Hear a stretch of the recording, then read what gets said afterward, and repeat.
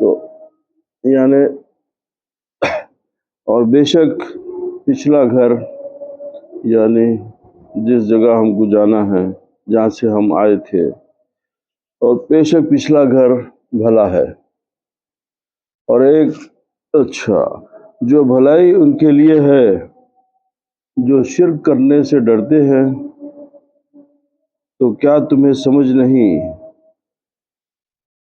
اس کی تفسیر میں صاحب روح البیان برما فرماتے ہیں کہ حضرت سعدی ایک بہت بڑے مفتی تھے، انہوں نے فرمایا کہ جب بندہ محشر میدان کی حاضری کے لیے قبر سے نکلے گا تو ایک حسین و جمیل مرد اس کا استقبال کرے گا،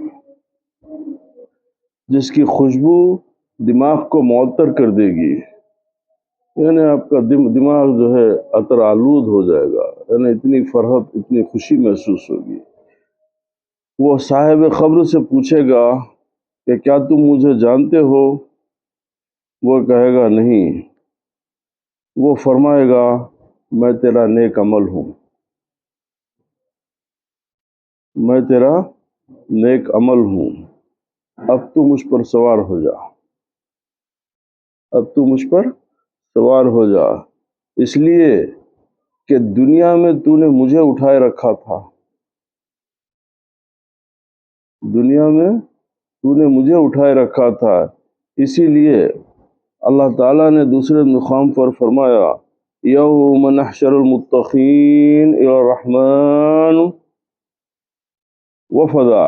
یہاں پر وفدا بمعنی رکبانن ہے، وہ کافر کو قبر سے نکلتے ہی ایک بد شکل اور نہایت بدبودار شخص کے آگے آئے گا اور کہے گا تو مجھے جانتا ہے؟ وہ کہے گا نہیں۔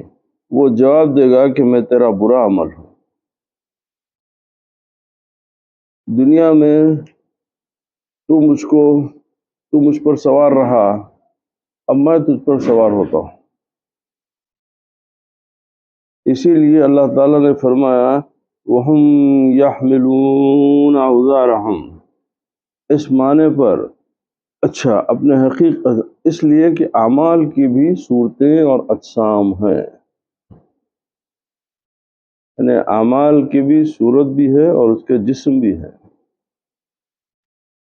اب اس میں صوفیاء کرام اس آیت کی تفسیر میں فرماتے ہیں تمام گناہوں سے زیادہ بوجھل، تمام گناہوں سے زیادہ بوجھل یعنی بہت وزنی، بہت زیادہ سخت گناہ وزندار چیز کیا ہوگی؟ تو بولے تمہارے وجود کا گناہ۔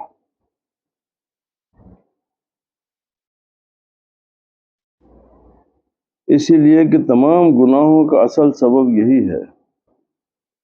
کیا مطلب؟ کہ انسان اپنے وجود سے محبت کب کرنا شروع کرتا؟ جب خدا سے دور ہوتا۔ جب خدا سے دور ہوتا تو انہیں اپنے نفس کا غلام ہو جاتا، یعنی اپنے وجود کی، اس کو اپنے وجود کی فکر رہتی ہے، میری عزت، میری بڑائی، میری پوزیشن، میرا، ہمیں ہر چیز اپنے بارے میں سوچتے رہتا۔ تو صوفیہ فرماتے ہیں کہ یہ سب سے بڑا گناہ ہے، اس لیے یہ کیسی شرافت ہے کہ تیرے ساتھ خدا ہے اور تو اس کو پیچھے رکھ کے خود آگے رہتا، تو خدا کو پیچھے کر دیا نا۔ تو یہ کون سی شرافت ہوتی دنیا میں؟ تو اپنے وجود کی اتنا زیادہ تو اپنے وجود میں منہمک اور اپنے وجود میں اتنا مصروف ہو گیا کہ تو جو تیرے وجود کا جو باقی رکھنے والا ہے، تیرے وجود کا جو خالق ہے، تو اس سے اتنا دور ہو گیا، تو اس سے بڑا گناہ اور کیا ہو سکتا؟ اور سالک کو سلوک سے بھی روکتا ہے، تو یعنی جو سالک یعنی جو راہ طریقت کے جو مسافر ہوتے ہیں، جو ان لوگوں کے لیے ہے کہ وہ لوگ جو ہے ان کے وہ راستے میں بھی ان کے لیے اپنے وجود کا احساس جو ہے، یعنی ایک ولی کو جو ہے اس کی منزل تک نہیں پہنچ سکتا، یعنی ولی ہو ہی نہیں سکتا۔ انہیں ولی ہو ہی نہیں سکتا اگر انہیں اپنے وجود کے احساس میں انہیں اگر گرفتار ہے تو اس کو اپنے وجود سے نکلنا پڑتا باہر. جب انہیں اپنے وجود سے نکل گیا تو پھر اس کے بعد میں وہ اس کا راستہ آسان ہو جاتا. تو بولے یہ بہت بڑا گناہ ہے. سالک کو ہر گناہ سے توبہ لازمی ہے مگر راہ حق میں فانی ہو جائے. مطلب یہ کہ خود کو ہٹا لے اور رہنے والے کو رکھ دے. رہنے والا کون ہے؟ اللہ تعالیٰ. خود کو ہٹا لے اس کو رکھ دے کیونکہ تو نہ تھا نہ رہیں گا. انہیں اللہ ہمیشہ سے تھا، ہمیشہ رہے، ہمیشہ رہے گا. تو جو ہمیشہ رہنے والی ذات ہے اس کو رکھ دے اور ختم ہونے والے کو پیچھے تو ہٹا لے. حضرت حافظ شیرازی رضی اللہ تعالیٰ عنہ فرماتے ہیں کہ فکر خود و رائے خود، یعنی اپنی فکر اور اپنی رائے در عالم رندی نیست. بولے کہ یہ اس راستے میں، یعنی یہ مستی کے راستے میں اللہ تعالیٰ کے جو مسافر ہیں ان کے راستے میں کوئی اہمیت نہیں رکھتی. بولے جو اللہ تعالیٰ کی محبت کا مسافر ہے، جو اللہ تعالیٰ کی راہ میں چلنے کا شوق رکھتا ہے، اس کے لیے نہ اس کی اپنی رائے ہوتی نہ اس کی اپنی فکر ہوتی. بولے کفرس دری مذہب خودبینی و خودداری. اچھا، یعنی کیونکہ اس مذہب میں خود بینی و خودداری کفر ہے. بولے اس راستے کے مسافر کے لیے اپنے آپ میں دیکھتے رہنا، اپنے سے محبت کرنا اور اپنے وجود کا احساس رکھنا، بولے یہ کفر ہے. اللہ تعالیٰ کے چاہنے والوں کے پاس یہ راستے میں ایسا خیال کفر ہے. اب بات اس میں ایک نسخہ روحانی بیان فرمائے، وہ یہ ہے، بعض بزرگوں کا ارشاد ہے کہ نفس کی خرابیوں سے بچنا نفس کی طاقت سے مشکل ہے. نفس کی خرابیوں سے بچنا نفس کی طاقت سے مشکل ہے جب تک کہ تائید یزدی نصیب نہ ہو. یعنی جب تک کہ اللہ سبحانہ و تعالیٰ کی اگر اب تائید نہیں ہے تو بولے نفس کی خرابیوں سے بچنا بہت مشکل ہے. حضرت شیخ ابو عبداللہ محمد بن علی الترمذی الحکیم قدس سرہ العزیز نے فرمایا کہ ذکر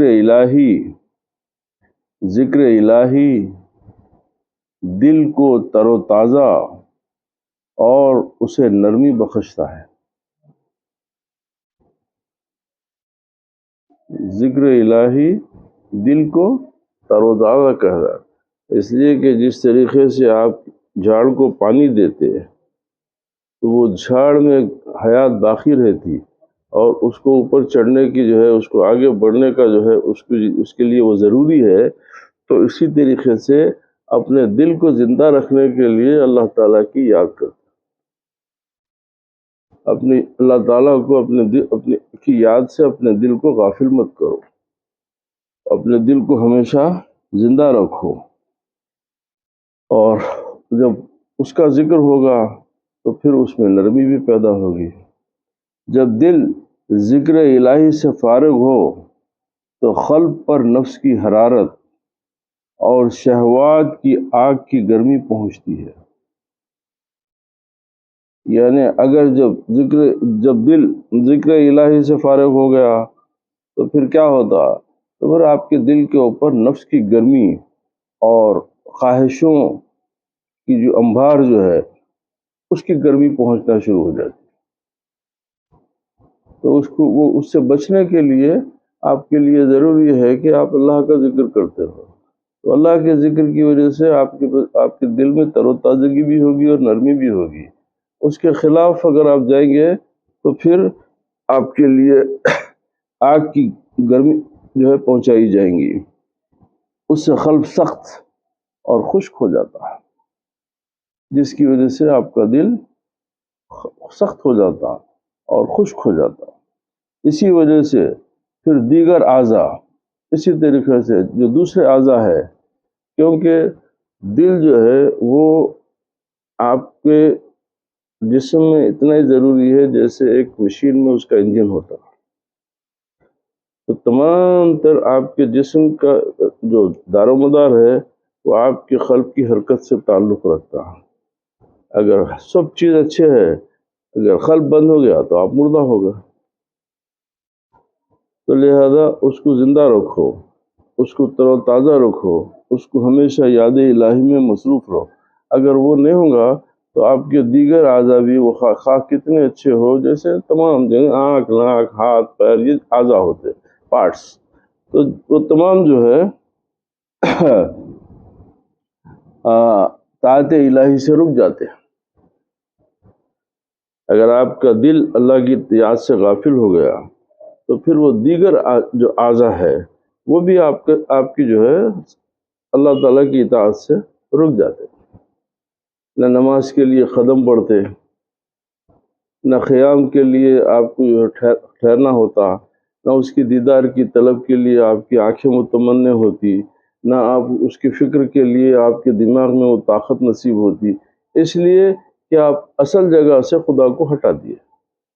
تو اب جو روشنی پھیلنا ہے وہ کسی اعضاء کو وہ روشنی نہیں نصیب ہوتی، تو سب جنے پورے اعضاء جو ہے آپ کے بلینک ہو جاتے ہیں، اب بالکل وہ بیکار ہو گئے وہ۔ یعنی اچھی گاڑی ہے آپ کی، سب کچھ اچھے ہے، اس کی باڈی اچھی ہے، اس کے ٹائر اچھے ہے، ہر چیز اچھی ہے، مگر انجن بیکار ہو گیا تو وہ ایک ڈبے کی حیثیت رکھتی ہے۔ تو اسی لیے قلب کو ہمیشہ یاد خدا سے مصروف رکھو۔ جب یہ بیماری طول پکڑے تو دل خشک ہو کر ٹوٹ جاتا ہے۔ اب جب اگر یہ بیماری لمبی ہو گئی، آپ اللہ تعالیٰ کو بھولنے کی آپ کی عادت ہی بن گئی، آپ اللہ تعالیٰ سے بے رغبتی اور اس سے آپ کا کوئی تعلق ہی نہیں رہا، اور یہ عرصہ لمبا ہو گیا، تو پھر آپ کے دل جو ہے وہ ٹوٹ جاتا، جیسے درخت کو پانی نہ ملے تو وہ خشک ہو جاتا، پھر اسے سوائے کاٹنے کے کوئی اور چارہ نہیں رہتا۔ یہی قلب کا حال ہے، یعنی دل کا حال بھی ایسی ہے۔ پھر جس طرح وہ درخت کٹا ہوا ہو، سوائے جلانے کے اور کسی کام میں نہیں آتا، ایسے ہی خشک اور سخت قلب، ایسے ہی خشک اور سخت قلب، یعنی ایسے ہی سوکھے ہوئے اور سخت دل جو ہوتے ہیں وہ سوائے جہنم کے ایندھن کے اور کسی کام کا نہیں ہوتا۔ خلاصہ یہ کہ ذکر توحید یعنی اللہ کا ذکر اور اہل اللہ کی اتباع اور اللہ والوں کی طریقے پہ چلنا، اتباع سلوک طریقت کے اصل اصول ہیں۔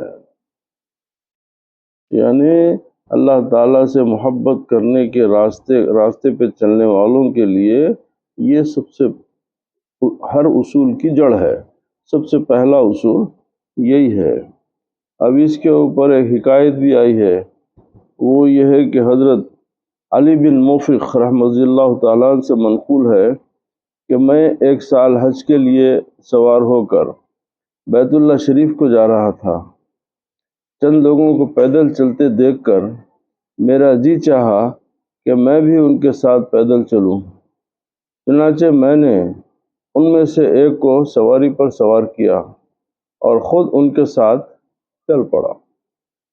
ہم چلتے چلتے راستہ بھول گئے اور ایک جنگل میں جا پہنچے، تھکے مارے تھے، بہت تھک گئے تھے، اس جنگل میں ہم سب سو گئے۔ میں نے خواب میں دیکھا کہ چند نوجوان لڑکیاں سونے کے تھال اور چاندی کے لوٹے لیے ہوئے حج کے لیے پیدل چلنے والوں کے پاؤں دھو رہی تھی۔ حج کے لیے جو پیدل جا رہے تھے ان کے پاؤں دھو رہی تھی، اور مجھے پوچھا تک بھی نہیں۔ ان میں سے ایک نے بول کر اپنے ساتھیوں سے کہا کہ اس کے پاؤں کیوں نہیں دھوتی ہو، اس کے پاؤں کیوں نہیں دھوتی ہو؟ انہوں نے جواب دیا کہ یہ سواری والا ہے، یہ سواری والا ہے، ہم صرف پیدل چلنے والوں کے پاؤں دھونے پر معمور ہیں۔ یعنی ہم کو اللہ تعالیٰ کی طرف سے جو حکم دیا گیا ہے وہ کہ جو پیدل حج کو جا رہے ہیں ان کے پاؤں دھو، ان کے پاس تو سواری ہے نہیں۔ ایک دوسرے نے کہا یہ بھی ان پیدل چلنے والوں میں سے ہے،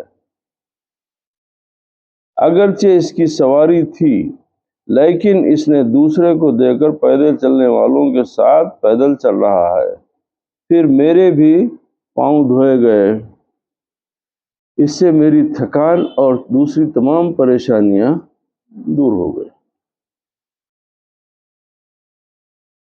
اب اللہ تعالیٰ کے اولیاء کے دوستوں کی، اولیاء اللہ کی صحبت کی کیا شان ہوتی ہے؟ تو اللہ والوں کی صحبت کی ایک معمولی شان یہ ہے جو اعتقاد صحیح ہے ان کے ساتھ رفاقت اختیار کرتا ہے، اسے بھی انہی کی طرح انعامات و کرامات نصیب ہوتے ہیں کہ اولیاء اللہ سے اپنے اعتقاد کو درست رکھو۔ اگر آپ کو ان سے محبت ہو یا نہ ہو، مگر آپ ان کی اللہ تعالیٰ کی دوستی کے معاملے میں اپنی زبان کو لمبی مت کرو، اپنے دل میں کوئی کجی ٹیڑھاپن ان کے بارے میں محسوس مت رکھو۔ اگر آپ ان کی قدر و منزلت نہیں کر سکتے تو پھر بھی آپ یہ خدا رکھیں کہ بھی اللہ کے دوست ہیں، خاموشی اختیار کرو۔ ان کے بارے میں بغیر سوچے سمجھے کوئی کمنٹ کر دینا یا تو یہ آپ کو جو ہے فائدہ دینے والی چیز نہیں ہے۔ آپ تعریف کر سکتے ہیں، ان کی اتباع کر سکتے ہیں، ان کے ساتھ رہ سکتے ہیں، ان کے پاس جا کے بیٹھ سکے، یہ تو بہت پیاری بات ہے۔ اگر خدا نہ خواستہ ایسا نہیں بھی ہے تو کم سے کم احتیاط کا تقاضا یہ ہے کہ اپنے زبان کو ان کے بارے میں غلط استعمال ہونے سے روکو، کیونکہ اس میں آپ کا اعتقاد، آپ کا عقیدہ بھی سیدھا ہو جائے گا، اور پھر اللہ تعالیٰ کی طرف سے آپ کو اس کے کرم، اس کے فضل کی امید بھی باقی رہے گی۔ اسی لیے کہ جو اولیاء کا گستاخ ہوتا ہے وہ اللہ کو ناپسند ہوتا ہے۔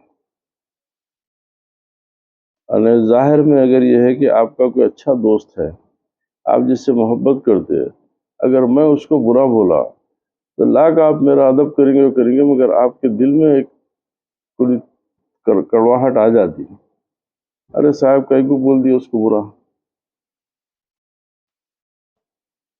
کم سے کم اتنا تو لحاظ رکھتے کہ وہ میرا دوست ہے، میں اتنا محبت کرتا ہوں صاحب سے، تو میری محبت کا تقاضا ہوتا ہے کہ کم سے کم میری صورت دیکھ کے تو اس کو برا نہیں بولتے۔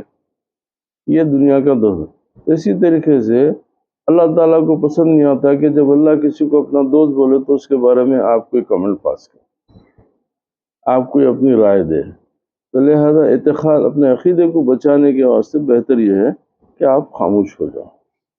اگر تعریف کر سکتے، ان سے محبت کر سکتے، یہ تو بہت پیاری بات ہے۔ اگر نہیں، خدا نہ خواستہ آپ نفس کے مریض ہیں، آپ اپنی نفس کی غلامی میں مصروف ہیں، تو پھر بھی اتنا احتیاط کرو کہ کم سے کم ان کے بارے میں اپنی زبان کو غلط استعمال مت کرو، اور اپنے دل میں ان کے شک و شبہات جو ہیں اس سے سب سے بہترین طریقہ یہ ہوتا ہے کہ اگر کوئی بات ہمارے سمجھ میں نہ آئے تو بچنے کا طریقہ یہ ہوتا کہ یہ سمجھنا کہ شاید میرے کو یہ بات سمجھنے کا علم نہیں، میرے پاس اتنا علم نہیں ہے کہ میں یہ بات سمجھ سکوں، تو اس میں ہماری بھلائی ہے۔ یہ جائے کہ اس میں جو ہے دخل اندازی کر کے تو کبھی یہ بولنا کہ یہ بات کیسا ہوتی، ایسا کیسا ہو سکتا، تو یہ چیزیں جو ہے آپ کے عقیدے کو جو ہے مجروح کر دیتی، آپ کو جو ہے اللہ تعالیٰ سے دور کر دیتی۔ اگر مشرکین عرب اگر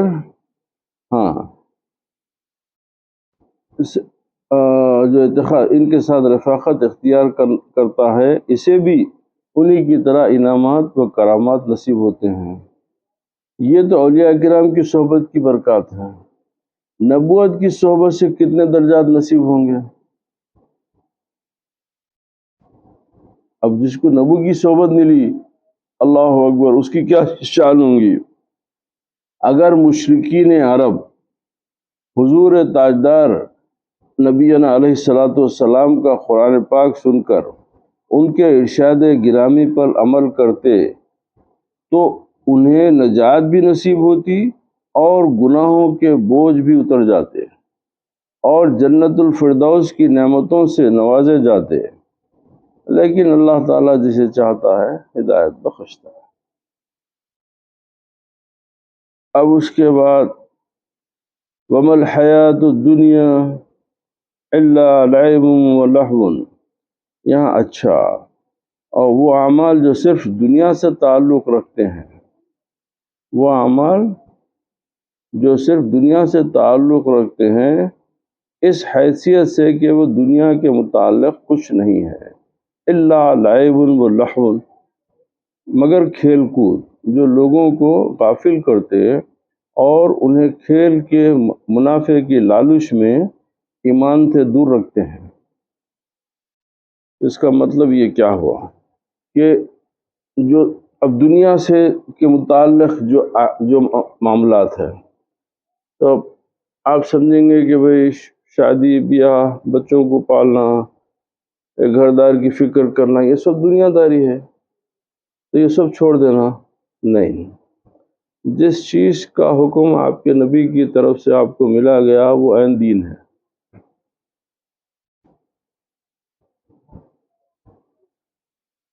اگر آپ کسی سے اب آپ یہاں بیٹھ کے قرآن سن رہے ہیں، یہ دنیا نہیں ہے۔ اگر آپ کسی سے اچھی بات کر رہے ہیں، یہ دنیا نہیں ہے۔ اگر آپ کسی کی تیمارداری کر رہے ہیں، اس کی صحت کے بارے میں پوچھ رہے ہیں، یہ دنیا نہیں ہے۔ آپ کسی کی غربت، کسی کی بھوک اور پیاس کی واسطے فکر مند ہیں، اس کو روٹی لانے کے لیے آپ چلے گئے، یہ دنیا نہیں ہے۔ دنیا وہ ہے کہ وہ ایسا عمل جس سے کوئی فائدہ نہ ہو۔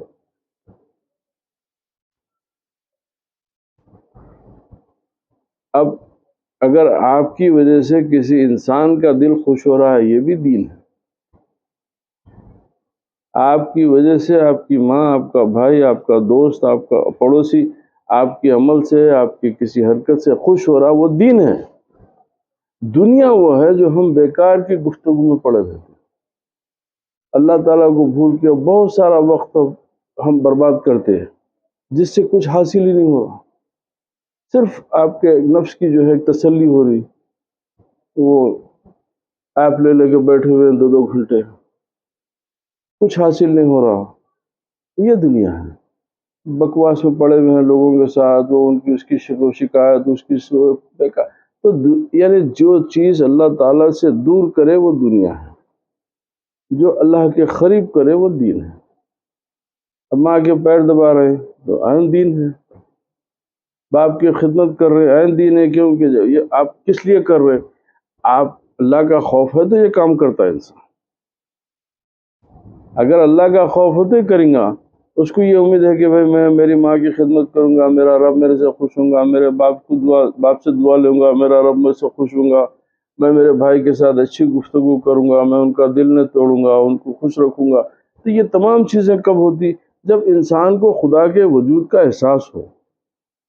اب اگر خدا کو بھول گیا تو انہیں ہر ایک سے غلط گفتگو کرنا، لڑائی جھگڑا کرنا، بے تک باتیں کرنا، اماں کو چھڑکے دے دینا، بابا کو یہ کر دینا، یہ کیوں کہ اس کو خدا کے وجود کا احساس نہیں۔ تو دین یہی ہے۔ دنیا کے کھیل کود سے مراد یہ ہے کہ ہر وہ چیز جس سے تم کو کوئی حاصل ہونے والا چیز نہیں ہے، وہ کھیل کود ہے۔ کھیل کود اس لیے کیا کرتے ہیں تاکہ وقت ضائع ہو۔ کھیل کود میں کیا حاصل ہوتا؟ وقت ضائع ہوتا۔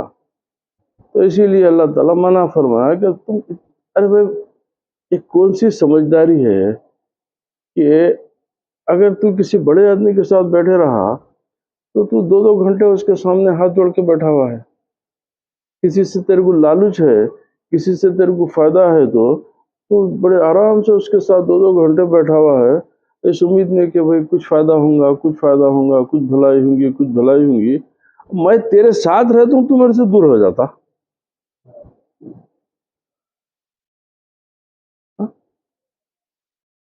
ارے تو جا کے لوگوں کے در پہ بیٹھ کے انتظار کر رہا کہ ان کے ساتھ انہوں مہربانی کرے تو میرا یہ فائدہ ہو جائے گا، اور میں تو تیرے ساتھ، میں خود تیرے ساتھ ہو گیا نا، تو میرے کو چھوڑ کے جو ہے تو دنیا چلے جائے گا، تو یہ صرف کھیل کود نے تو کیا ہے؟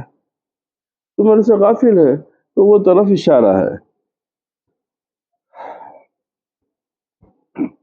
اچھا، جو لوگ مگر کھیل کود جو دلوں کو غافل کرتے ہیں اور انہیں کھیل کے منافع کی لالچ میں ایمان سے دور رکھتے ہیں، البتہ اعمال صالحہ یعنی نیک اعمال دائمی لذت تک پہنچاتے ہیں، یعنی ہمیشہ باقی رہنے والے سرور اور ایک مستی تک پہنچاتے ہیں۔ وہ آپ کو ایک ایسی دائمی لذت، ہمیشہ باقی رہنے والی ایک لذت نصیب ہوتی ہے اس میں۔ اچھا، لابھ کیا ہے؟ ہر وہ عمل جو نفس کو غیر مفید باتوں میں مشغول کر کے مفید باتوں سے نفرت پیدا کر دے، اور لہو ہر وہ فعل جو نفس کو منافع کی جد و جہد سے پھیر کر کمزوری پیدا کر دے، یہ ہے کھیل کود۔ والدار الآخرت، البتہ دار آخرت یعنی وہ مقام جہاں اخروی زندگی بسر ہوگی،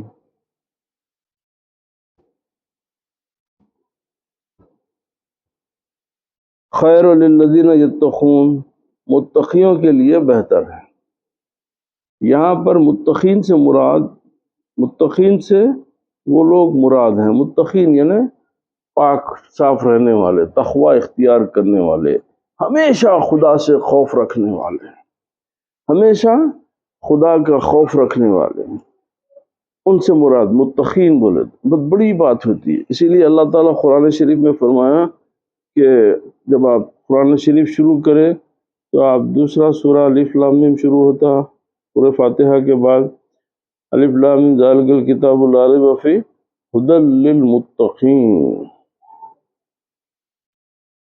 بھائی اس میں ھدی للمومنین نے بولا، ھدی للمسلمین نے بولا، ھدی للمتقین بولا، تو پتہ چلا کہ ہم جو قرآن کا فائدہ ہم کو کیا مل رہا کہ ہم صرف اس کا پڑھنے کا ثواب مل رہا، ہم کو پڑھنے کا ثواب اللہ دیں گا انشاءاللہ۔ مگر متقین جو ہوتے ہیں ان کو اس میں ہدایت ہے، اس میں ہدایت اللہ تعالیٰ بولا کہ ویسے متقین کی ہدایت اگر قرآن سے لینا ہے تو تم کو پہلے تقوی اختیار کرنا، تم صرف مسلمان ہونے سے، مومن ہونے سے قرآن کی ہدایت اگر تم کو حاصل کرنے کا شوق ہے، تم چاہتے ہو کہ قرآن تمہاری زندگی کے لیے ایک دستور عمل بن جائے، تمہاری زندگی کے ہر لمحے ہر عمل کے اوپر قرآن کا عمل ظاہر ہو، اس کے اثرات ظاہر ہوں، اس سے تم کو ہدایت ملے، تو پھر تمہارے لیے شرط یہ ہے کہ تم متقی ہونا۔ اب متقی کیا ہوتا؟ اب تقوی کا معیار کیا ہوتا کہ سیدنا فاروق اعظم رضی اللہ تعالیٰ عنہ فرماتے ہیں کہ اگر میرا ایک پیر جنت میں داخل ہو جائے، ایک پیر جنت میں داخل ہو جائے، جب تک کہ دوسرا داخل نہ ہو میں اپنے آپ کو جنتی نہیں کہہ سکتا۔ یعنی یہ تقوی کا معیار بتائے کہ متقی جو ہے اتنا اللہ تعالیٰ سے ہمیشہ خوف، ہمیشہ وہ رہتا کہ انہیں کسی بھی بڑے سے بڑی نعمت کے بعد بھی اللہ سے نظر نہیں ہٹا سکتا۔ چلو بھائی الحمدللہ میرے کو یہ نصیب ہوگا نا، کیوں؟ انہیں ہمیشہ اس خواہش میں رہتا کہ میرے رب کا کرم، اس کا فضل، اس کی عنایت میرے سے ایک لمحے کے لیے نہ ہٹے۔ تو یہ فکر کب پیدا ہوتی؟ جب انسان ہمیشہ خدا کو اپنے حاضر و ناظر، خدا تعالیٰ کو ہر عمل کا حساب لینے والا، عذاب سزا و جزا کا مالک سمجھ کے آگے بڑھنا جب شروع کرتا ہے انسان، تو اب اس لیے تقوی کا معنی ہے ڈرنے والا۔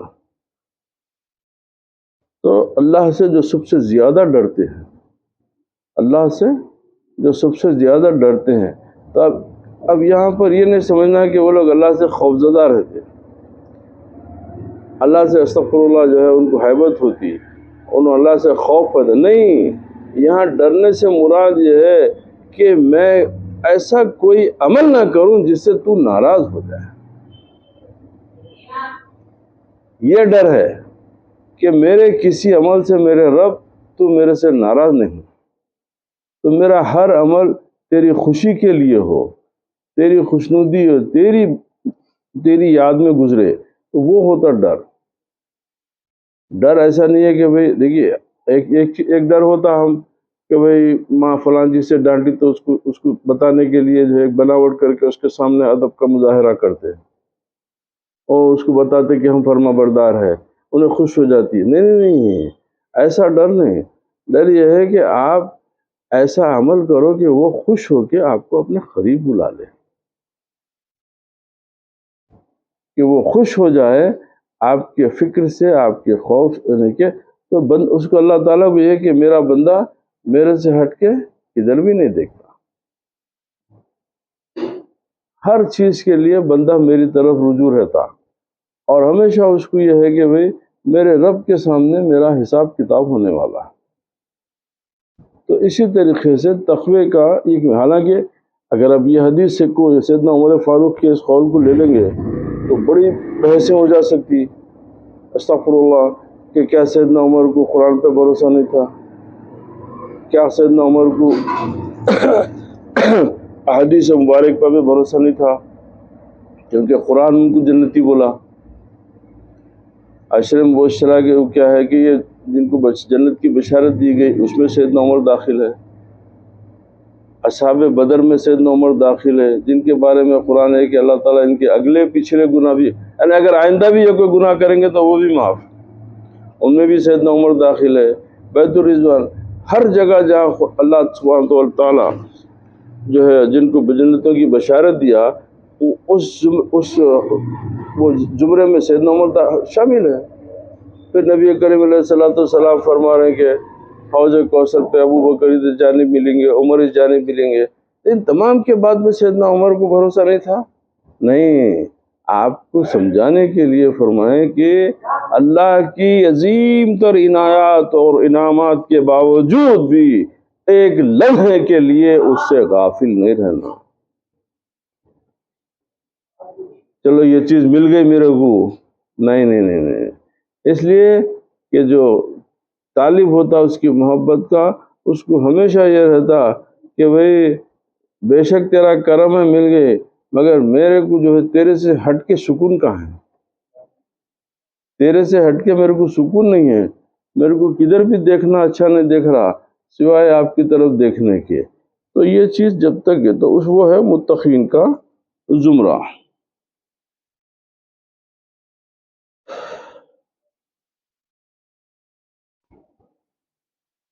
اچھا، اور وہ لوگ مراد ہیں جو کفر معاصی سے بچتے ہیں، یعنی گناہوں سے اس لیے کہ آخرت کے منافع ہر ضرر سے پاک، اور ان کی لذت ہر آلام اور صدمے سے محفوظ، اور پھر دائمی اور غیر منقطع، یعنی کبھی خطا ہونے والی، کٹنے والی نہیں ہے، اس میں کبھی کوئی رکاوٹ نہیں آئیں گی، کبھی وہی، کیونکہ جب اللہ کے آپ کے پر کرم ہوں گی تو وہ ہمیشہ رہے گا اور اس کے اندر کبھی کوئی رکاوٹ نہیں پیدا۔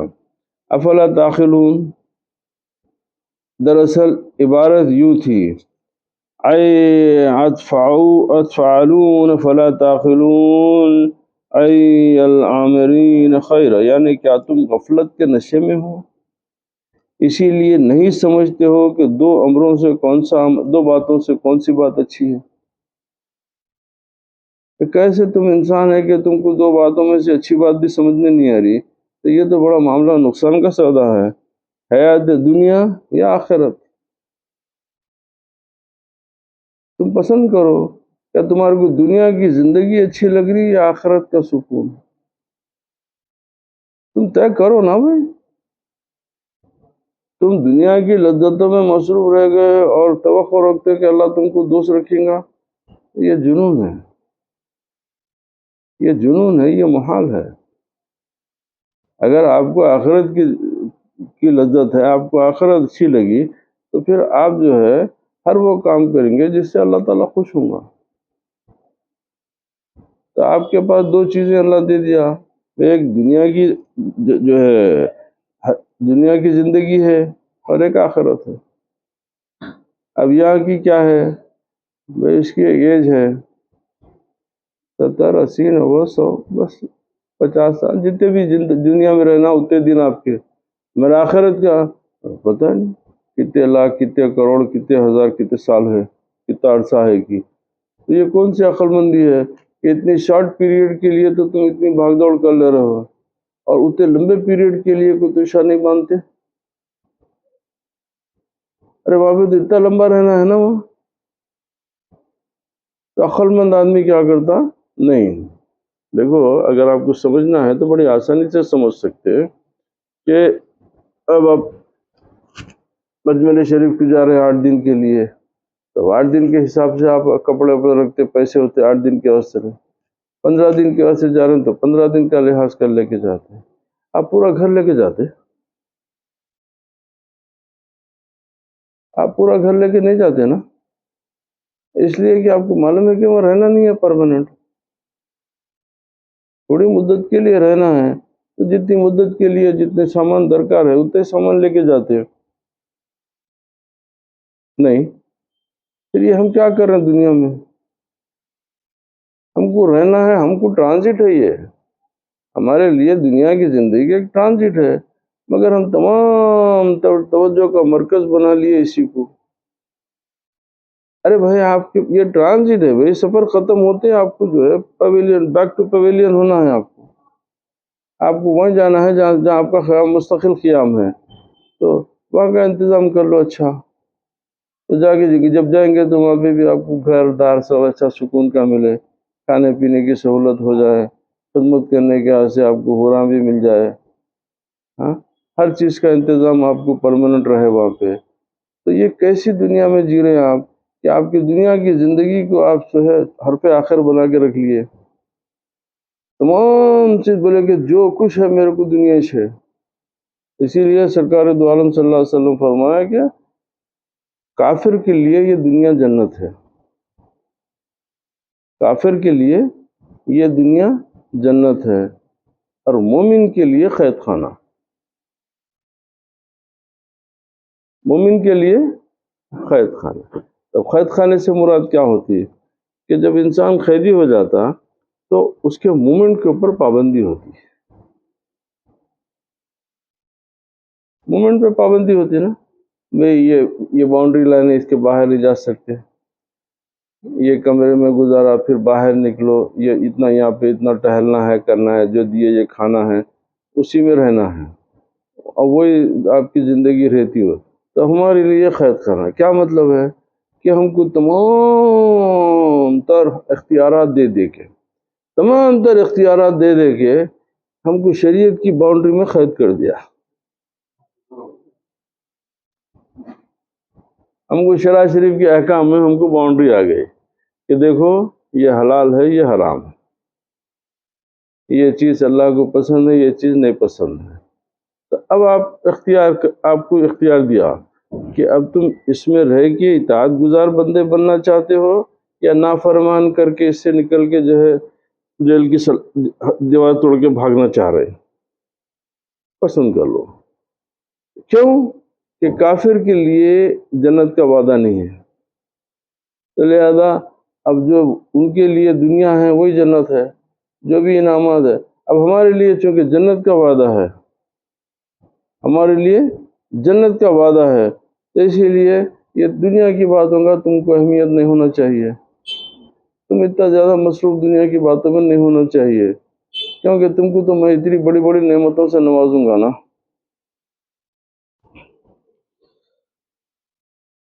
دنیا کو ناصف، یہ آپ کے لیے خاص بات ہے، دنیا کو اس لیے دنیا کہتے ہیں کہ وہ بنسبت آخرت کے انسان کے قریب تر ہے۔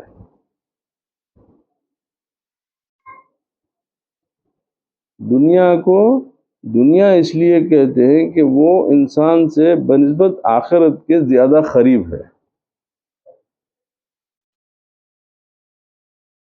اور آخرت یعنی اور آخرت کہا جاتا ہے کہ وہ دنیا سے موقر ہے، دنیا کے بعد ہے۔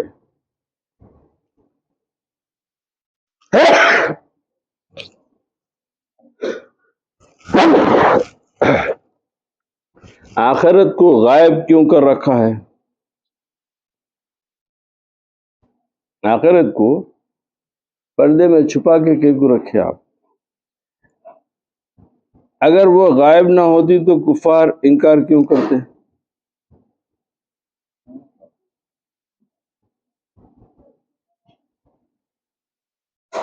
آپ کے لیے امتحان تو یہی ہے نا کہ آپ کو یہ ثواب، یہ درجات اس لیے دیے گئے کہ آپ نہیں دیکھ کے اس پہ بھروسہ کریں، نہیں دیکھ کے اس کے اوپر ایمان لا رہے ہیں، تو اسی لیے آپ بہت اللہ کے مقرب بندے، آپ ایمان والوں میں شامل ہوئے، کیونکہ آپ نہیں دیکھے مگر آپ اللہ کے کلام پہ بھروسہ کر لیے کہ جب میرا رب فرمایا کہ یہ آخرت ہے، اس میں یہ ایسا ہوں گا، یہ ہوں گا، یہ ہوں گا، تو وہ تمام چیزوں کو ہم مان لیے۔ تو اگر وہ غائب نہیں ہوتی تو کفار بھی انکار نہیں کرتے، حالانکہ یہ دنیا صرف امتحان کے لیے بنائی گئی، یہ دنیا صرف امتحان کے لیے بنائی گئی ہے تاکہ اس میں آخرت و دیگر باتوں سے انسان کی آزمائش کی جائے۔ اب ہم دنیا کو ہمارا آخری مسئلہ سمجھ گئے، ارے یہ آپ کا ٹرانزٹ ہے، یہ آپ کے لیے ایک امتحان گاہ ہے، یہاں پہ امتحان دے کے نتیجے کے واسطے انتظار کرنا ہے۔ اب وہ تمام چیزیں بھول کے ہم یہ سمجھ لیں کہ بھئی یہ ہماری جو کچھ ہے ہمارے کو دنیا میں، بھئی اگر آپ کو دنیا کی طلب اتنی اچھی ہے تو پھر آپ کیسا کفار سے ممتاز ہوئے؟ تو آپ میں اور کافر میں فرق کیا ہوا؟ انہیں بھی دنیا کا طالب ہے، آپ بھی دنیا کے طالب بنے، اس کو بھی دنیا اچھی لگتی، آپ کو بھی دنیا اچھی لگتی، تو پھر فرق کیا ہے کہ میرا نام مسلمان ہے، میری ختنہ ہوئی ہے، اس سے بڑا کیا فرق ہے؟ تو فرق یہی ہے کہ میں دنیا کو میری ایک مستقل قیام گاہ نہیں سمجھتا، میں دنیا کو ایک امتحان گاہ ہے، اور مجھے اللہ تعالیٰ اپنے امتحان کے لیے، میری آزمائش کے لیے مجھے یہاں پر لایا ہے، اور پھر میرے کو یہاں پر امتحان دے کے کامیاب ہو کے میرے کو اصل منزل پہ جانا ہے، جو میری اصل قیام گاہ ہے وہ میری آخرت ہے۔ اب چونکہ کافر کو آخرت کا یقین نہیں ہے، کیونکہ اس کو آخرت بتائی نہیں گئی، تو آخرت کا یقین نہیں ہے، تو انہیں کیا ہے کہ دنیا ہی کو اس کی آخری منزل بنا لیا۔ ہمارے لیے دنیا ہماری آخری منزل نہیں ہے، یہ ہمارا ٹرانزٹ ہے۔ یہ تو اس چیز کو جب آپ غور کریں گے تو آپ کی دنیا کی محبت کم ہوتے جائیں گی اور اللہ کی محبت میں اضافہ ہوتا جائے گا۔ اب ہم لوگ کیا ہے کہ دنیا کی دیکھیے اب ہم لوگ جو ہے کہ آج یہ ہماری حالت کیوں ہوئی؟ ہماری حالت کیوں ہوئی؟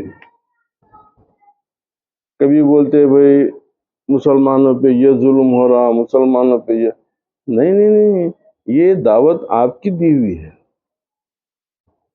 یہ دعوت آپ کی دی ہوئی ہے۔ اگر کھل کے بول دیتا ہوں، اللہ معاف کرنے والا ہے، اس کی ذات پہ بھروسہ رکھ کے بول رہا ہوں کہ ہم لوگ اللہ تعالیٰ سے جنگ کا اعلان کر کے بیٹھے۔ آپ الزام دے رہے ان کو نہیں نہیں نہیں، آپ اعلان کریں اللہ تعالیٰ سے جنگ کا۔ اب اس کے بعد میں آپ کیسا خوش رہ سکتے؟ نہیں رہ سکتے آپ بول رہے ہیں کہ نہیں انہوں ہم کو ستا رہے، انہوں ہم کو ستا رہے۔ آپ ستانے والی چیز ہو گئے اس لیے کہ آپ اصل سے دور ہو گئے۔ اب میں بولا کہ اب اللہ تعالیٰ سے جنگ کر کے بیٹھے، اتنی بڑی بات صاحب آپ کیسا بول دیے، آپ کو خیال بھی نہیں آیا، آپ کو توبہ کرنا چاہیے۔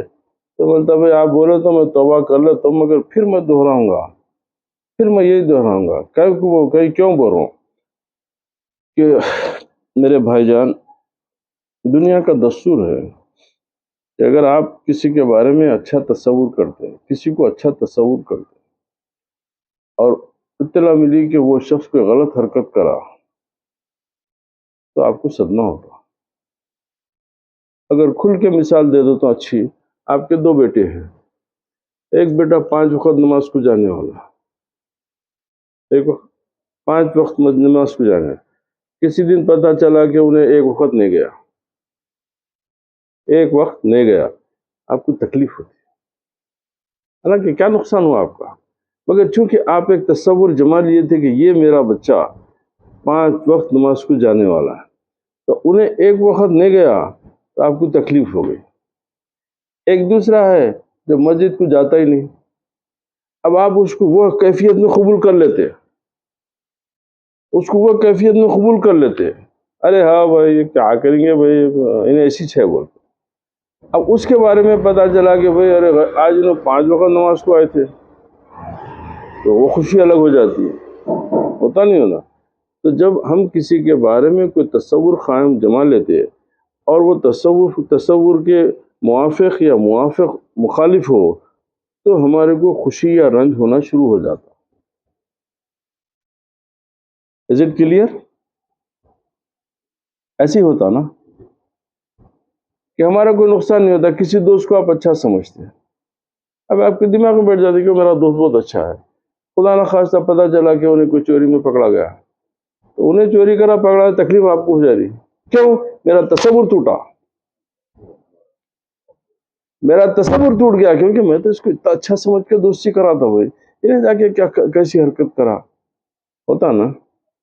اب اس چیز کو سامنے پیش نظر رکھ کے آپ قرآن پڑھو، آپ اللہ تعالیٰ کیا فرمایا،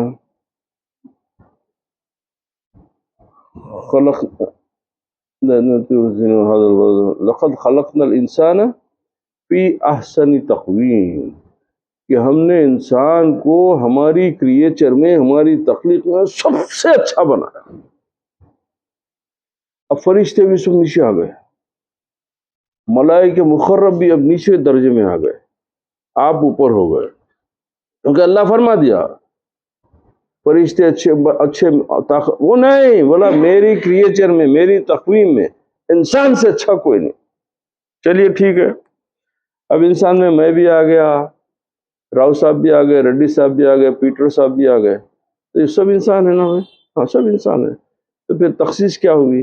پھر میری خصوصیت کیا ہوئی؟ میں کلمہ گو، میں قرآن و حدیث میں پہ عمل کرنے والا، میری تخصیص کیا ہوئی؟ سب کے برابر کھڑا کر دیا لاگے تو میرے کو؟ نہیں، میں تمہارے کو ایک اسپیشل اسٹیٹس بھی دے رہا ہوں۔ کیا دیا ہو؟ کنت امۃ اخرجت الناس، خیر امۃ اخرجت الناس، اے رسول کریم صلی اللہ علیہ وسلم، آپ کی امت بنی نوح انسان میں سب میں اچھی ہے، بنی نوح انسان میں، انسانیت پوری کائنات کی انسانیت میں آپ کی امت سب میں بہتر ہے۔ تبھی اللہ تعالیٰ ہمارے بارے میں کیا بولا؟ اے میرے نبی کی امتی، تو سب سے اچھا ہے۔ اور میں بول رہا ہوں، میرے سے پوچھ کے بولے تھے آپ یہ بات؟ حاسد میں، چغل خور میں، سود خور میں، جھوٹا میں، بدماش میں، لوگوں کا معاملہ ہڑپ کرنے والا میں، تو میرے کو اتنا اچھا کہیں کو بول دیا؟ تو آپ جنگ چھیڑ بیٹھے اللہ سے۔ اللہ بولا میں تو تیرے کو اچھا بولا تھا، تو پھر یہ تو کس چیزوں میں پڑا جا کے تو میرے کو جھٹلایا؟ استغفر اللہ، استغفر اللہ، استغفر اللہ۔ یعنی اگر آپ کھل کے بات کریں تو استغفر اللہ، تو ہم اللہ کو جھٹلا دے رہے کہ تو ہمارے بارے میں غلط رائے قائم کرا۔ اب اس کے بعد میں کیا اچھے رہتے آپ؟ اس کے بعد میں آپ کیسا اچھے رہیں گے بھائی؟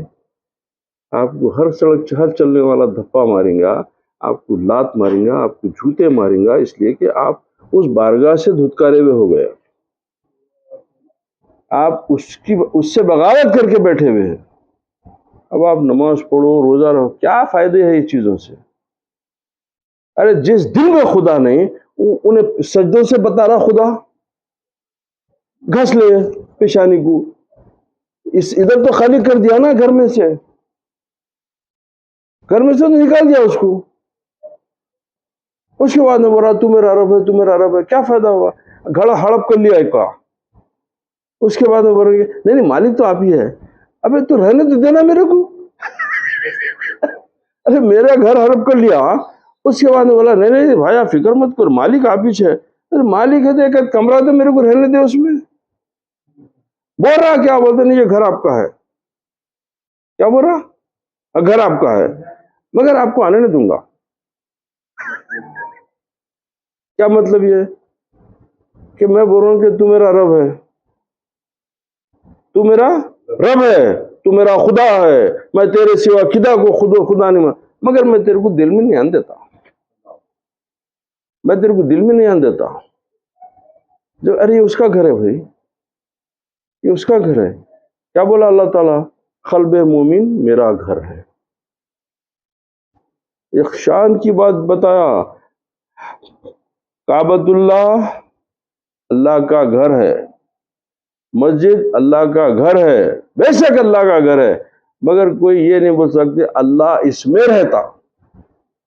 اگر کوئی بولا کہ اللہ مسجد ہی میں رہتا وہ ملحد ہو جاتا. اس لیے کہ نہیں، اللہ پوری کائنات میں ایک وقت میں، پوری کائنات میں، زمین و آسمان میں ذرہ ذرہ ہر وقت ایک ہی وقت میں پوری کائنات پہ انہیں ہے. تو لہذا اللہ، مگر مومن کے قلب کے بارے میں اللہ تعالیٰ فرمایا کہ میں قلب مومن میں رہتا ہوں. تو یہ اتنی اچھی جگہ جو اس کی تھی، یعنی میں اکثر بولتا ہوں یہ کہ وہ آج کل کیا ہے، وہ زمینوں کے کاروبار کرنے، کیا بولتے ہیں وہ؟ ہاں نہیں وہ ناجائز قبضہ کرنے والا، ہاں لینڈ گرابر. ہم لوگ لینڈ گرابر، ہم لوگ لینڈ گرابر. کیسا بولیے؟ اب میں آ گیا شریف بھائی کے گھر کو، شریف بھائی بولے ارے کیا صاحب اللہ خیر کرے آپ اتنی رات کو گھر کو آ گئے. ہو شریف میاں ذرا حالات خراب ہو گئے. ارے اللہ خیر کرے صاحب کیا؟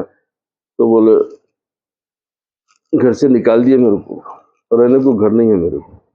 ارے کیسا بول رہے ہیں آپ؟ ہاں بھائی کیا کریں گے، وہ بھائی بچے مل کے میرے کو اب گھر میں میرے کو رہنے کا ایسے گھر بھی نہیں ہے، تو تھوڑے دن تک میں آپ کے پاس رہ جاؤں کیا؟ ارے کیا فرما رہے ہیں صاحب، میں آپ کا خادم ہوں، یہ کمرہ خالی ہے، آپ جب تک چاہے رہو. ہاں آپ بالکل بے فکر رہیے، آپ کو جب تک انتظام نہیں ہوتا، میں آپ کا بچہ ہوں، آپ اپنا گھر سمجھ کے یہ کمرے میں آپ جب چاہے رہیے، جب تک رہیے، جب تک آپ کا انتظام نہیں ہوتا آپ سکون سے رہیے، آپ فکر ہی مت کریے. اللہ جزا آپ کو اللہ تعالیٰ جزا عطا کرے. شکریہ بابا، اللہ تبارک رہ گیا. چلے گئے شریف بھائی. 15 دن کے بعد میں شریف بھائی میرے سے ملنے آئے تو دیکھے تو کیا ہے، ادھر ایک بستر پہ سبو بھائی لیٹے ہوئے ہیں، ایک بستر پہ نواب صاحب ہے، ایک بستر پہ علیم صاحب ہے، ایک طرف سے سلیم بھائی، ایک طرف سے معراج ہے. ارے صاحب یہ تو آپ بولے تھے نا یہ گھر آپ کا ہے، یہ کمرہ آپ کا ہے. تو بولے جی. تو میں یہ لوگوں کو کرایہ پہ چڑھا دیا، میں یہ لوگوں کو کرایہ پہ رکھ لیا. اب یہ لوگوں سے کرایہ لے کے کھانے پینے کا بندوبست کر لے رہا ہوں. ہماری اللہ تعالیٰ سے بندگی اس وقت ایسی ہے، ہمارا بندگی کا لیول اس وقت اللہ تعالیٰ سے ایسے ہے، کیونکہ انہیں بولا دیکھ تیرا قلب میرا گھر ہے. ہاں میں بولا بے شک مولا تیرا، مگر جب انہیں آگے دیکھا تو کیا ہے، اس کے گھر پہ گھروں کا قبضہ ہو گیا. کیا مطلب؟ کس کا قبضہ ہو گیا؟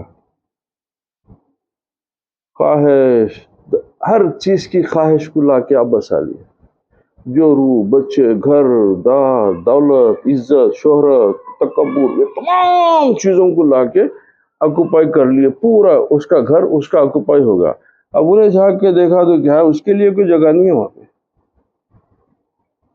اس کے اپنے گھر میں اس کے لیے ہم کوئی جگہ ہی نہیں رکھے. اور پھر بول رہے کہ تو میرا اللہ ہے، تو میرا رب ہے. ارے پہلے اس کا گھر تو اس کو واپس کر، اس کا گھر تو اس کو واپس کر، یہ دل میں سب چیزوں کو نکال کے اس کے حوالے تو کر دے. اسی کو ارے اس کا گھر ہے یہ تو اس کو دے دینا. نہیں یہ نہیں ہو سکتا. کیوں؟ میری ضرورت بہت اچھی ہے، میرے بچے، میرا گھر اور میری دولت اور میرے کو دنیا کے، تو یہ تمام ہر خواہش جو ہے ایک معبود ہوتی ہے، ہر خواہش ایک معبود ہوتی ہے. تو آپ ایک اصل معبود کو ہٹا کے یہ سینکڑوں معبودوں کو بسا لیے، اس میں سینکڑوں معبودوں کو اس میں بسا لیے. تو یہ چیزیں جو ہے آپ کو اللہ سے دور کر دی. اب ہم بول رہے ہیں کہ بھئی ہم نماز پڑھ رہے ہیں روزہ، ارے بھائی اچھی چیزیں کرو مگر اصل سے تمہارا تعلق ہی نہیں رہا نا، اصل سے تمہارا تعلق ہی نہیں رہا۔ اللہ تعالیٰ ایسی عبادت کے لیے تمہارے کو نہیں پیدا کرا تھا، اللہ تعالیٰ تو اس لیے پیدا کرا تھا کہ میرے بندے جب تو میرے سامنے آ جائے تو پھر سب چیز کو ختم کر کے میرا ہو جائے۔ اسی لیے آپ کو 24 گھنٹے نہیں بلایا، انہوں نے دن میں 5 وقت، 5 ٹائم میں 2 منٹ 5 منٹ، تو وہ 5 منٹ بھی اس کے ساتھ نہیں رہتے آپ، وہ 5 منٹ میں بھی جو ہے دنیا کو بسا لے کے بیٹھے ہوئے ہیں۔ نماز میں اللہ سے کیا بول رہے ہیں؟ انی وجہت وجہ للذی فطر السماوات والارض، اللہ کیا ہے، تمام چیزوں کو بھول کے میں تیرے سامنے آ گیا۔ اب نماز چل رہی تو بولے بچی کو اسکول سے لانا ہے، بیوی کو کرنا ہے، کیا ہے، کیا تماشا، کیا کر رہے ہیں آپ؟ وعدہ کیا کریں آپ اس سے؟ آپ اس سے وعدہ کریں میں تمام چیزوں کو بھول کے تیرے سامنے آ گیا، اور اسی وقت آپ جو ہے ارے امام کو آج اتنی لمبی خدمت کرنے کی ابھی عاجز ہے کہ وہ بچی باہر کھڑی ہوں گی انتظار کرتے ہوئے، اسکول میں ایسا ہو رہا ہوں گا، وہ فلاں آدمی وعدہ کرا تھا پیسے، کیونکہ شیطان اسی وقت آپ جتنے وسوسے ہوتے ہیں نماز میں جیتے آتے عام وقت میں نہیں آتے۔ اب آپ دوستوں سے بات کرتے نہیں آتے، وہ جہاں سے آپ نماز میں کھڑے ہوتے پورے، کیوں کہ شیطان پوری طاقت سے آپ پہ اٹیک کرتا ہوا، پوری طاقت سے آپ کے اوپر حملہ، تو اب آپ کا امتحان ہوتا نہیں، اب کوئی فکر، اب میں میرے رب کے ساتھ ہوں، اب کوئی چیز میرے کو ڈسٹرب نہیں کر سکتی، کوئی فکر نہیں، اب نہیں، اب یہ امتحان ہے تو اللہ تعالیٰ پھر اب وہ ہوتے ہوتے پھر ایک دن ایسا آتا کہ آپ کی عبادت میں اخلاص ہوتا، اللہ تعالیٰ وہ اس لیے کہ جو عبادت اخلاص کے ساتھ ادا نہیں ہوں گی وہ تمہارے منہ پہ پھینک دی جائیں گی۔ میں اخلاص چاہتا ہوں تمہارے سے، بناوٹ نہیں، یہ خالی یوں یوں نہیں، یہ تو ایک طریقہ ہے مگر اس کا راز اخلاص ہے کہ میرے بندے میرے سامنے ایک سوئی کے ساتھ پورے اخلاص کے ساتھ، اور جو وعدہ کر رہا اس وعدے کے حساب سے آ جا میرے پاس، کیا بولا تو کچھ چھوڑ کے میں آیا، تو ویسے کر۔ اب یہ وسوسے آنا کیا بری بات ہے کیا؟ نہیں، یہ ایمان کی علامت ہے۔ حدیث شریف ہے کہ ایک صحابی آ کے بولے یا رسول اللہ میرے کو نماز میں وسوسے بہت ستاتے ہیں، تو سرکار فرمایا کہ یہ ایمان کیا، تو کیا پھر کیا کر؟ تو بولے ان کو ہٹانا اور اللہ کی طرف رجوع ہوتے رہنا، ان کو ہٹاتے جانا، اس کو قائم نہیں رکھنا، اس کو جمانا نہیں، چھٹ۔ اب کیونکہ چوری کا خطرہ اسی کو ہوتا ہے جس کے گھر میں پیسے ہوتے، جس کے گھر میں پیسے نہیں ہوتے انہیں بغیر کھڑکی بند کرے دروازہ بند کرے بھی خراٹے مار کے سو جاتا، کیوں کیا تو لے کے جائیں گا چور، مگر جیسا 4 پیسے آ گئے تو بولتے دیکھو دروازہ بند ہے نہیں ہے، دیکھو وہ کھڑکی بند ہے نہیں ہے، تو اب چونکہ آپ کے پاس ایمان کی دولت ہے تو آپ کو وہ چور سے آپ کو اس کو بچانا ہے، تو انہیں تو آپ کو کریں گا، تو طریقے بتائے گئے کہ آپ تب اللہ تعالیٰ آپ کا اخلاص دیکھتا۔ اب یہی باتیں ہیں کہ جیسے صحابہ ہے، ائمہ کرام ہے، جب ہم ان کی تاریخ پڑھتے تو ہم کو یہ باتیں سمجھ میں آتی۔ امام زین العابدین کے بارے میں علیہ السلام کے بارے میں کہ جب آپ وضو کرتے تو آپ کا پورا جسم کانپنے لگتا،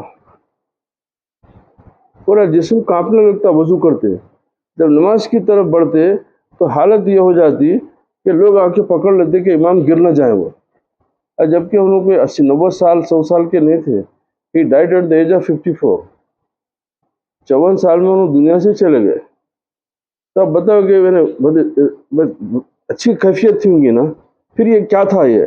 تو لوگ آ کے پوچھتے کہ امام آپ کی حالت ایسی کیسی؟ تو بولے جس کے حضور جانے کا جا رہا ہوں اس کے خیال سے یہ ڈر پیدا،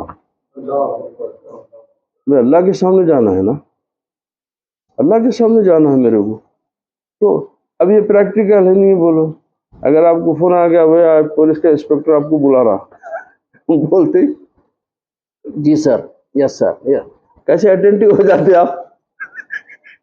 کیوں؟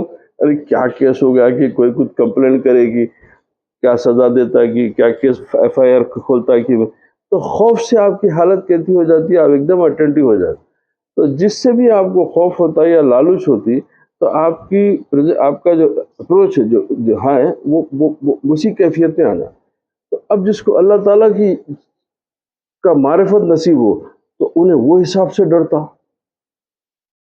مولا علی کے بارے میں کہ جب آپ اذان سنتے تو آپ کے دانت کپ کپانے لگتے ہیں.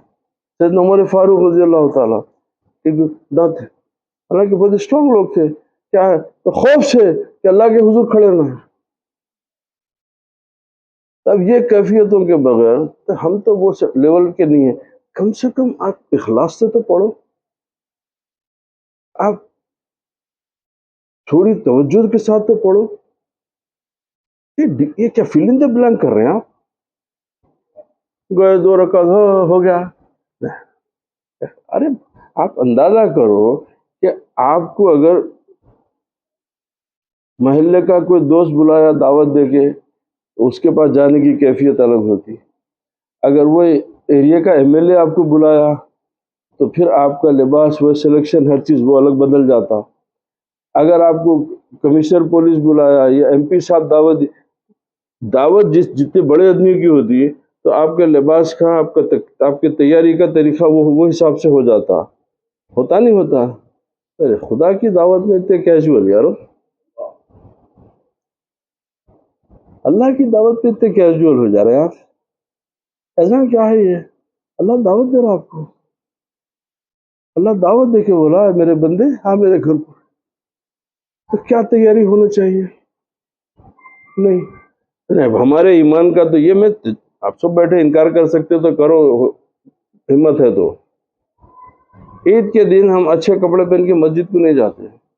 عید کا جو ڈریس سلاتے ہیں وہ پہن کے نماز کو نہیں جاتے، کہ استری خراب ہو جاتی. نماز سے آنے کے بعد میں نکال کے پہن کے لوگوں میں جاتے ہیں. تو یہ آپ کا ایٹیٹیوڈ ہو گیا. ارے سب سے پہلے جو دیا اس کو بتانا لیا کیا؟ ارے جو انعام دینے والے کو بتاتے سب سے پہلے، یا آپ جو ہے آپ اس کے پاس چلے جا رہے ہیں کیجول، اس کے گھر کو آنے کے بعد میں پھر تیار ہو کے وہ کپڑے پہن کے اب دوستوں میں جا رہے ہیں، دیکھو میرا شرٹ، میرا پینٹ، میرا قمیص، میرا کرتا. کیا طریقہ، کیا بنا لیے؟ نہیں، اللہ سے محبت رکھنے والا ہر انعام کے اوپر پہلے اس کو بتاتا. ہر انعام کے اوپر سب سے پہلے بولا مولا تیرا کرم ہے تو میرے کو نوازا. اب جاؤ دنیا کو بتا لو. تو اس میں آپ اللہ تعالیٰ کی قربت نصیب ہوتی. اللہ تعالیٰ اپنی محبت کی نظر آپ کی طرف دیکھتا کہ میرا بندہ جو ہے ہر اچھی چیز سے پہلے میری طرف رجوع ہو جاتا، سب سے پہلے الحمدللہ بول کے میرے پاس آتا. تو یہ طبیعتیں جب تک آپ کی ایسی نہیں ہوں گی تو آپ کو اخلاص پیدا نہیں ہوتا. اخلاص کے بغیر کوئی عمل آپ کا قبول نہیں ہے، پریکٹس ہے بس، اس کے علاوہ کوئی حاصل نہیں. وآخر دعوانا الحمدللہ رب العالمین، والصلاة والسلام علی سید الانبیاء والمرسلین وعلی آلہ وصحبہ واہل بیتہ الطیبین الطاہرین برحمتک یا ارحم الراحمین. چلیے صاحب اب دوسرا سیشن شروع کریں گے.